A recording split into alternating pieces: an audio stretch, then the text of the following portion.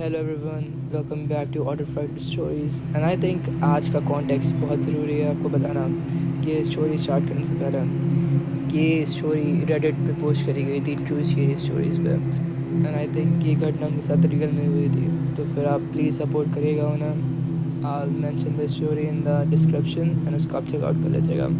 बाकी सब्सक्राइब कर लीजिए एंड लाइक कर लीजिए वीडियो को, क्योंकि मैंने बहुत एफर्ट लगाता है इस पर। And I just want to be self dependent और ख़ुद की मनी कमानी है मुझे। Thank you. मेरा रीज़न ये है ये पोस्ट करने का कि मैं चाहता नहीं हूँ कोई और मेरी तरह मिस्टेक बनाए जो मैंने बहुत साल पहले बनाई थी। एंड वो मिस्टेक इतनी बड़ी मिस्टेक थी कि वो ऑलमोस्ट मेरे लिए फेटल हो जाती। मैं अपने बेडरूम पे सो रहा था, जो कि बॉटम फ्लोर पे है मेरे घर में। मैं रात में सोते हुए जग गया बीच में, क्योंकि मुझे आवाज़ आई थी रशिंग वाटर की ऊपर वाली फ्लोर से। मुझे पता तो नहीं वो आवाज़ क्या थी, पर वो मुझे बॉदर कर रही थी। मुझे सोना पसंद है बिना कोई आवाज़ के, बिल्कुल साइलेंट से। तो मुझे मजबूरन उठना पड़ा उसको बंद करने के लिए। मैं अपने बेड से उठा और गया ऊपर। मुझे अपना वॉशरूम दिख रहा था जब मैं ऊपर पहुंचा था, पर लाइट्स ऑफ थी और दरवाज़ा थोड़ा दूर था मुझसे।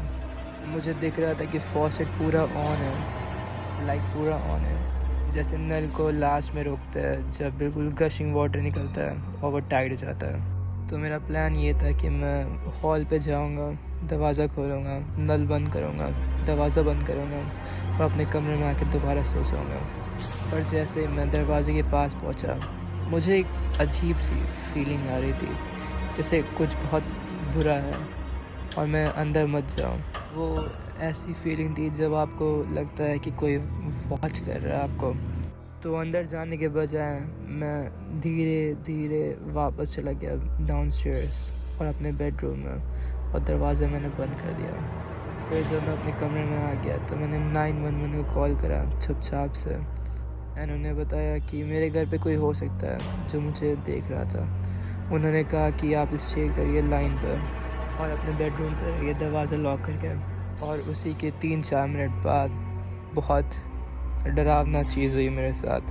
मुझे क्रीकिंग और चलने की आवाज़ आ रही थी, जैसे कोई नीचे आ रहा हो और वो मेरा ही कमरा अप्रोच कर रहा हो। और मुझे आवाज़ आई कि दरवाजे खुल रहे हैं मेरे घर पर, लाइक कोई मुझे घर के अंदर ढूंढ रहा है। मैं समझ गया था अगर वो मेरे बेडरूम डोर पे आए और उसे पता चला कि मेरा दरवाज़ा ये लॉक्ड है, तो वो जान जाएगा कि मैं यहाँ पर हूँ। और अगर वो जान गया कि मैं यहाँ पर हूँ, तो क्या वो दरवाज़ा तोड़ देगा? और अगर दरवाज़ा टूट गया तो फिर मेरे साथ क्या होगा? मैं ये सोच के बहुत घबरा गया, मुझे आंसू आने लग गए और फिर मैं डर के मारे पीछे जाके छुप गया क्लोजेट पे।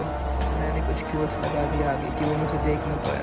पुलिस वालों ने मुझे कहा था कि आप एक काम करिए और जो मुझे उससे ट्रैफिक सर्विस करिए जस्ट इन केस। पर शुक्र है मुझे वो करना नहीं पड़ा, और वो जो भी था थोड़ी देर में ही चला गया, क्योंकि 10 मिनट्स बाद पुलिस आ गई और पुलिस ने पूरा सर्च करा घर पे और वहाँ पे कोई साइन नहीं था उसका। अब तो मैं कम्प्लीटली फ़ाइन हूँ वैसे, पर तब भी मुझे सोच के घिन आती है कि क्या होता अगर मैं चला जाता अंदर वॉशरूम के उस रात। मुझे तो यकीन है कि वो जो भी था वो दरवाजे के पीछे खड़ा हुआ था, सिर्फ अपॉर्चुनिटी ढूंढ रहा था मुझे अटैक करने का। जैसे ही मैं अंदर आता वो मेरे पीछे कुछ मार के बेहोश कर देता मुझे। पर फिर भी मैं तो सिर्फ गेस कर सकता हूँ। बट मैंने ये स्टोरी इसलिए शेयर करी है कि आप अगर इस सिचुएशन में हो तो हमेशा अपने गट पे जाइए, जो आपको फील हुआ वही पे जाइए।